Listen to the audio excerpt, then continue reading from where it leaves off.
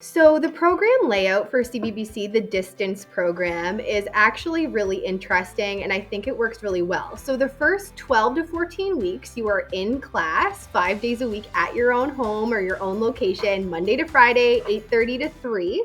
After those first 12 to 14 weeks, we get to open up and you'll be on a practicum 2 days a week at a dental office in your area. So you don't need to travel far. It can be someone very local, and you do 2 days a week there. That goes on for the remainder of the year up until about 50 weeks. That's when we finish. Within those weeks, though, you do come up to Cape Breton to visit us. So the first one is a 1 week stint where you'll learn all your radiology skills as well as your sterilization. Then you go back home, go back online with us and back into your practicum. Then you'll come back up with us for 2 weeks.